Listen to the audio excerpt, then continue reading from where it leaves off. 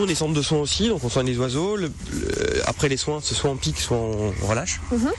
Sauf que là il y avait des cas, quand on se retrouve avec une grande duque et borgne, on se disait c'est un petit peu dommage quoi. Ça peut aussi avoir une valeur éducative. Ça permet aussi aux enfants de voir un oiseau qu'on voit jamais et de mieux. Je pense que plus on voit, mieux on voit, plus on a envie de protéger. Et notamment pour les rapaces qui sont dans l'imaginaire collectif un petit peu les oiseaux bizarres, notamment les rapaces nocturnes. On a toujours pensé que si les enfants ou si les gens arrivaient à voir des oiseaux comme ça de près, on les appréhende différemment, voilà, et on a moins peur quelque part. Absolument. Puis déjà on peut vraiment leur coller une image, on peut voir ce que c'est, on peut les observer. Puis les différencier aussi parce que des fois on confond. Ça fait de différencier les espèces, puis de voir que c'est un bel oiseau. Et donc quand on trouve ça beau, je pense qu'on a moins envie de détruire. Ça rejoint cet objectif de sensibilisation dont on a parlé tout à l'heure. Et qui est vraiment dans l'optique du parc quoi. Donc on a comme ça ces quelques oiseaux dans les volières qui sont des oiseaux handicapés qui pourront jamais repartir en nature et par contre certains se reproduisent. Et donc ce qui est intéressant c'est que les oiseaux qui naissent dans ces volières là font ensuite partie de programmes de relâcher. Donc c'est sympa comme ça de pouvoir. Alors ça a beaucoup servi il y a certaines années lorsque les effectifs étaient moindres. Bon, aujourd'hui globalement les effectifs se portent plutôt pas mal, mais c'est quand même toujours intéressant d'aller relâcher comme ça les oiseaux. Je trouve que c'est toujours c'est un moment assez magique quoi.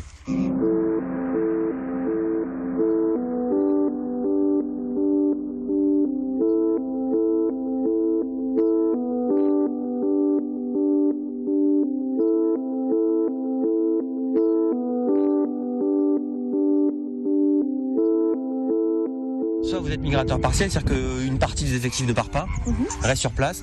Et si on est sur place, dès qu'on est apte, on niche quoi. Un oiseau ne niche pas tant qu'il n'a pas la certitude d'avoir assez à manger pour nourrir ses petits. Donc si les oiseaux nichent maintenant, c'est qu'ils ont la certitude d'avoir assez de nourriture pour nourrir leurs petits. Le froid, c'est un autre facteur. C'est pas le plus important.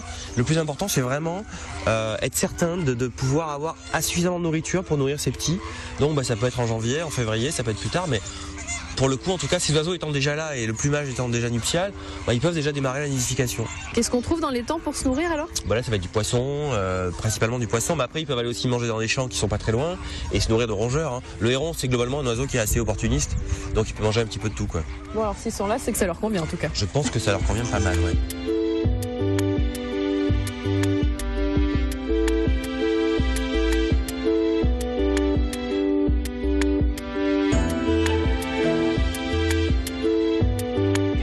Espèces on peut voir en ce moment sur le parc? Alors en ce moment on a tout ce qui est hivernant, c'est-à-dire tous les oiseaux qui viennent passer l'hiver en Camargue. Donc ça va être des canards, des sarcelles, des oies, ça va être des rapaces, il y a pas mal d'aigles-bottées, des busards Saint-Martin qu'on ne voit que l'hiver. On a des petits oiseaux aussi, on a le plus petit oiseau d'Europe qui s'appelle le roitelet. Alors on peut les voir dans les jardins, mais cet oiseau-là arrive du nord de l'Europe et vient passer l'hiver ici en Camargue. On a un petit oiseau qui est très rare aussi qui s'appelle la rémise penduline. C'est une toute petite mésange qui vit dans les roseaux et qui a un espèce de petit masque comme ça sur les yeux. On va avoir aussi des hérons cendrés. On a déjà des oiseaux qui s'installent sur les nids, c'est assez exceptionnel. On a des cigognes, il y a un couple qui est venu passer l'hiver ici. Et puis tout ce qui va continuer à passer, il y a des grues qu'on peut voir comme ça aussi au-dessus du parc de temps en temps. Mais l'hiver c'est une très bonne période, parce que d'abord les couleurs sont très belles, et puis les oiseaux sont très colorés, contrairement à ce qu'on pense souvent. L'hiver c'est une période où les oiseaux sont très très colorés, et surtout les oiseaux qui sont là, c'est-à-dire les canards. On a à peu près entre 800 et 1000 canards de 4-5 espèces différentes sur le parc. Les flamands notamment sont très très colorés et très actifs. Donc c'est une bonne période pour venir observer les oiseaux, puisqu'on voit des masses comme ça d'oiseaux répartis sur l'eau et c'est assez facile à voir. Donc c'est un petit peu l'intérêt aussi du jeu, quoi. Alors on voit vous avez des jumelles. Quelles sont les espèces que vous avez observées qui vous ont vraiment le plus surpris ou qui vous ont étonné? Pourquoi elles sont là? Pourquoi cet oiseau ici à cette période? Est-ce qu'il y a eu des fois des choses un petit peu étonnantes? Chaque année comme ça il se passe des choses assez marrantes. On a depuis une dizaine d'années un oiseau qui est un hybride. Donc en fait il est issu de deux espèces différentes de canards. Qui est là depuis 10 ans, il arrive globalement fin du mois d'octobre, il repart fin du mois de février, c'est immuable, il vient là, c'est assez incroyable, on ne sait pas où est-ce qu'il passe l'été, on ne sait pas s'il niche, mais a priori non, mais il est là chaque année, donc ça c'est déjà un cas comme ça assez unique. Cette année on a des oiseaux qui sont restés, qui normalement sont migrateurs, qui sont restés, les échasses blanches par exemple. Il y a deux individus qui sont restés. Évidemment, les premiers froids ont été assez fatals puisque un n'a pas survécu et l'autre se porte pas très très bien. Et sinon, on est toujours étonné de la précocité des oiseaux, puisque dès qu'on a comme ça une luminosité forte, on a déjà des oiseaux qui s'installent pour nicher, puisque là les hérons sont déjà installés, on est à peine début janvier. Alors les hérons, c'est eux ceux qu'on voit là-haut sur les branches? Ces grands oiseaux là sur ces arbres-là, qu'on appelle en fait une héronnière. Hein, et ça c'est pareil, ce sont des îlots que nous avons aménagés il y a plusieurs années. D'accord, c'est vous spécialement, spécifiquement pour certaines espèces. Ouais, tout à fait, on a planté des arbres et on s'est dit voilà, c'est un lieu idéal pour les hérons un jour. Alors est-ce que ça va marcher, pas marcher, ça c'est après plus délicat, mais voilà, le fait est que ça marche depuis 2002. Donc c'est la 11e année maintenant de reproduction de ces hérons-là. Et on a comme ça une centaine, 150 couples de hérons qui viennent nicher sur le parc ici. Bon, ils se plaisent en Camargue alors. Ouais, mais je pense que la Camargue est un lieu quand même assez idéal pour les oiseaux d'eau.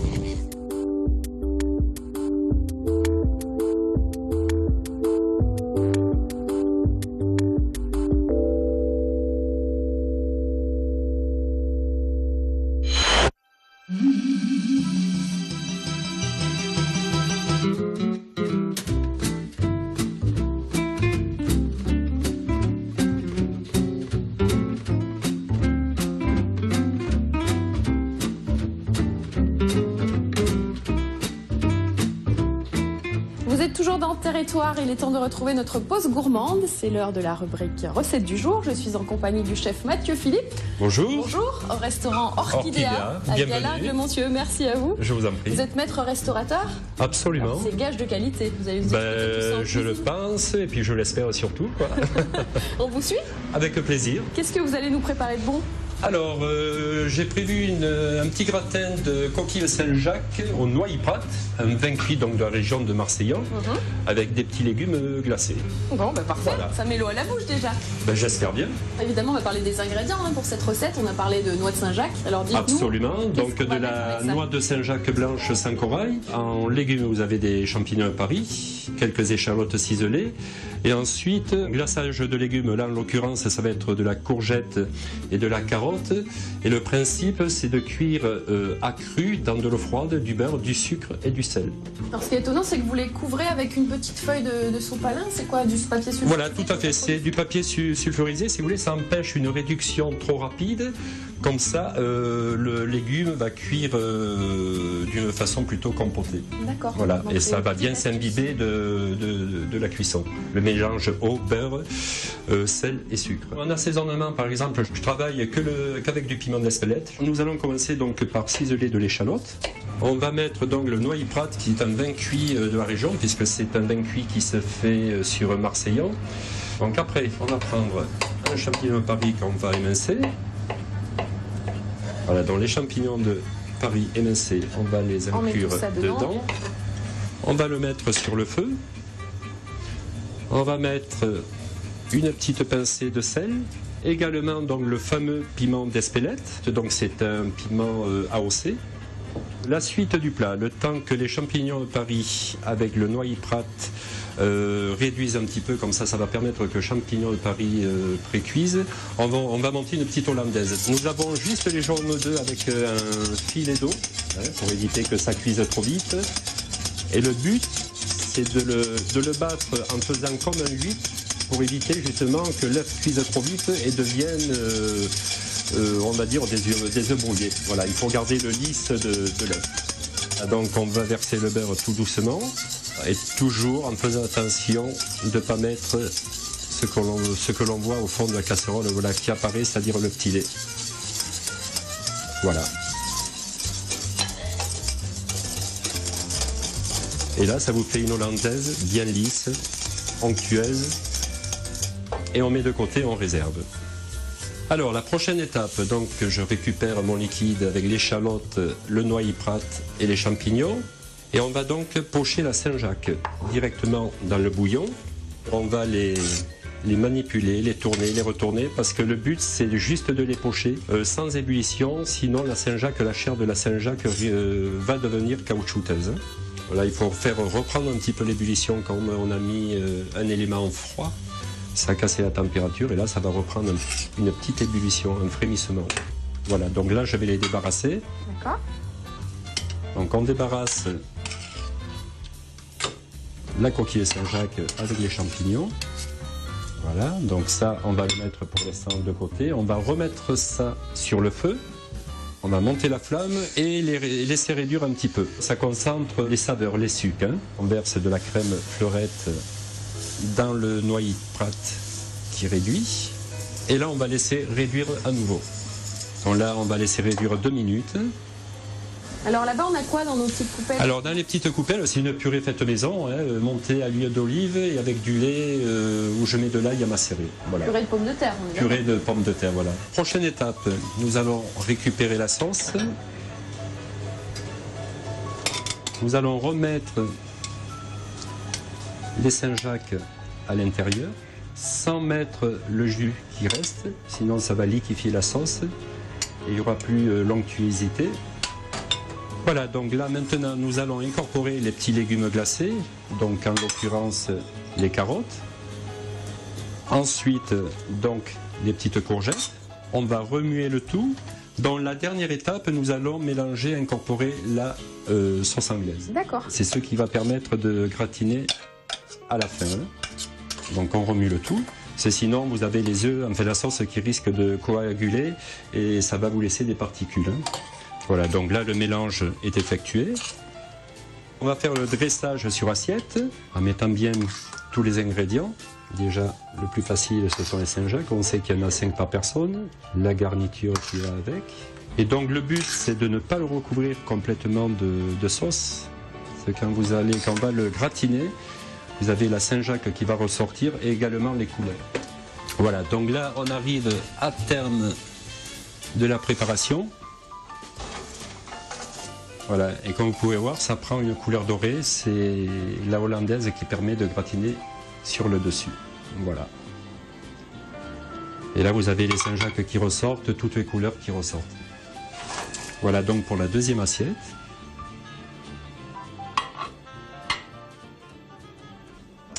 Voilà donc nos 2 petites purées pour accompagner nos coquilles Saint-Jacques gratinés au noyer Prat. Prêt pour la salle. Prêt à déguster. C'est parti.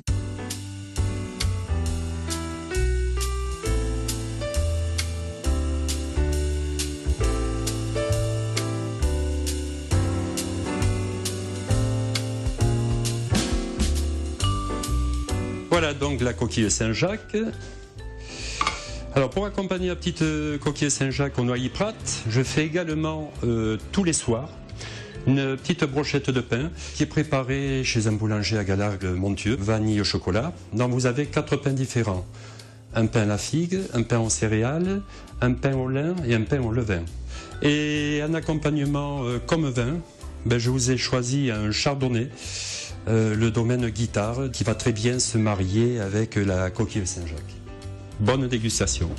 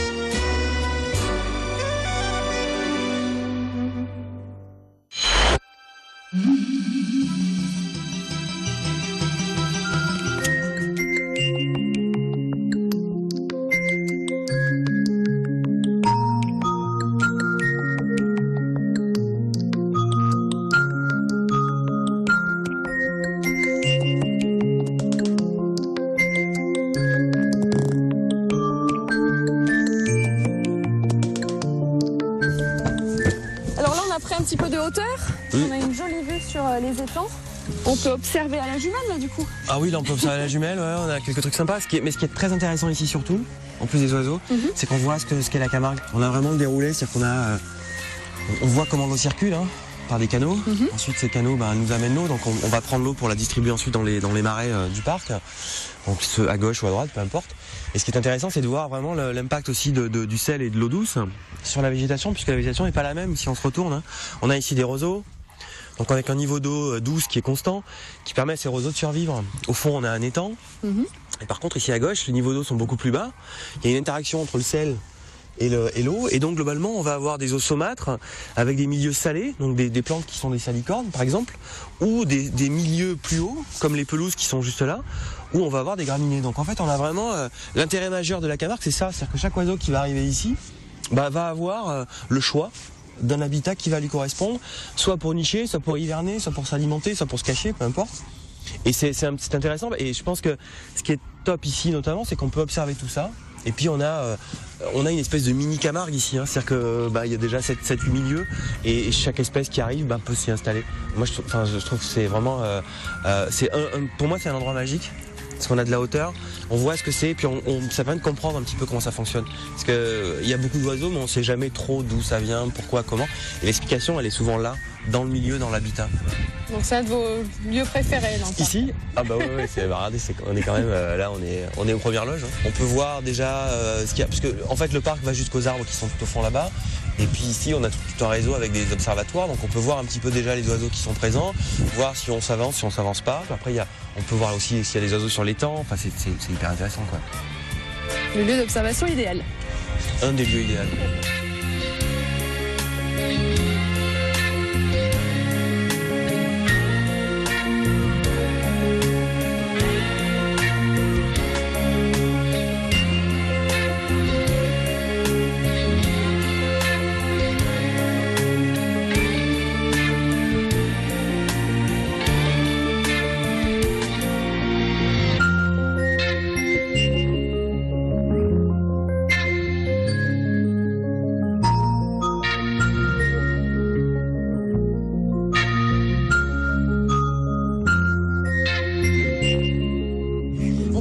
Des espèces protégées et même en voie de disparition en Camargue, est-ce qu'il y en a? Alors il n'y a pas d'espèces forcément en voie de disparition, il y a des espèces qui sont plus rares que d'autres, il y a des espèces qui déclinent, d'autres qui au contraire augmentent en fait. Tout dépend un petit peu des ressources alimentaires disponibles et des milieux disponibles. Donc nous on a ici des espèces qui sont des espèces patrimoniales sur lesquelles il y a des programmes français, puisque ces espèces-là en fait ne nichent qu'en Camargue. Et les effectifs sont très peu, avec des taux de reproduction qui sont assez infimes. Donc pour ça, on a un travail qui est assez simple. On va leur construire des îlots. Donc sur ces îlots-là, on va leur aménager tout un espace pour nicher. Donc on va jusqu'à même leur mettre du sable ou des coquillages brisés. Enfin bref, c'est grand luxe avec des petites plages pour pouvoir monter. On maintient aussi le niveau d'eau à l'aide de pompes et de buses et de martelières. Parce que l'important c'est que ces îlots ne soient pas noyés et que le niveau ne soit pas trop bas non plus, pour pas que les prédateurs puissent aller impacter en fait la population à l'intérieur. Donc on a comme ça un travail. On est ici à Pont de Gau très interventionniste, puisqu'on a vraiment on a fait le choix en fait d'intervenir là-dessus, de préparer ces îlots-là, et puis ensuite on attend impatiemment que les oiseaux reviennent. Donc c'est le cas notamment des sternes, qui sont des petits oiseaux qu'on voit en mer, et les ailes très fines et qui vont pêcher du poisson en plongeant. Donc il y a des sternes comme la sterne naine qui est toute petite, ou la sterne ancêtre qui sont très rares en fait, et qui ont des lieux de nidification qui disparaissent. Donc en fait on recrée ici dans le parc, on a recréé comme ça une dizaine d'îlots, on recrée des conditions les meilleures possibles pour permettre à ces oiseaux de venir nicher. Alors des fois ça marche, des fois ça marche pas.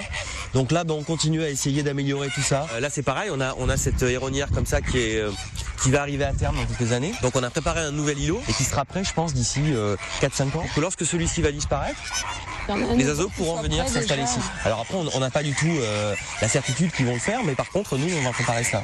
Donc on intervient comme ça sur ces oiseaux-là, et puis on observe des changements évidemment, mais c'est toujours lié à quelque chose. Soit les ressources alimentaires sont meilleures ailleurs, soit elles disparaissent ailleurs, et donc les oiseaux se rabattent sur la Camargue. Il faut savoir que la Camargue est très riche parce qu'elle a une richesse d'habitat et une diversité de milieux naturels qui est très importante, et qui permet comme ça de voir la plupart des espèces d'oiseaux d'Europe en fait viennent en Camargue. Et notamment on a les 9 espèces de hérons européens qui sont nicheurs en Camargue, ce qui est exceptionnel, parce que c'est le seul endroit en Europe où ces 9 espèces viennent nicher.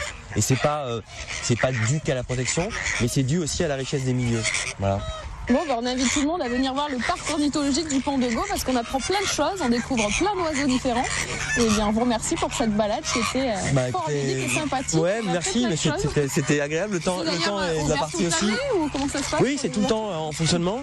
On est tous les jours là, donc c'est toujours ouvert. Faut pas hésiter à venir nous poser des questions. On est au contraire, c'est un plaisir pour nous. Et puis pendant les vacances scolaires ou les week-ends, de temps en temps, on essaie de faire des animations pour les enfants ou pour les familles, ou d'expliquer un petit peu ce qui se passe. Et on essaie toujours de coller à l'actualité. Donc là, on va axer ça sur les parades de flamands. Comment nourrir les oiseaux l'hiver aussi. Et puis après, à partir de février-mars, on va attaquer plutôt la période migratoire. Après la nidification, enfin on va comme ça essayer. Voilà, on va saisons, tout à fait. On adapte un petit peu notre discours à ce qui se passe aussi sur le parc et aux oiseaux présents. Et sinon, on est ouvert tous les jours, toute l'année. Voilà, on est tout le temps là. C'est toujours ouvert. Merci, tout le temps. Je vous en prie.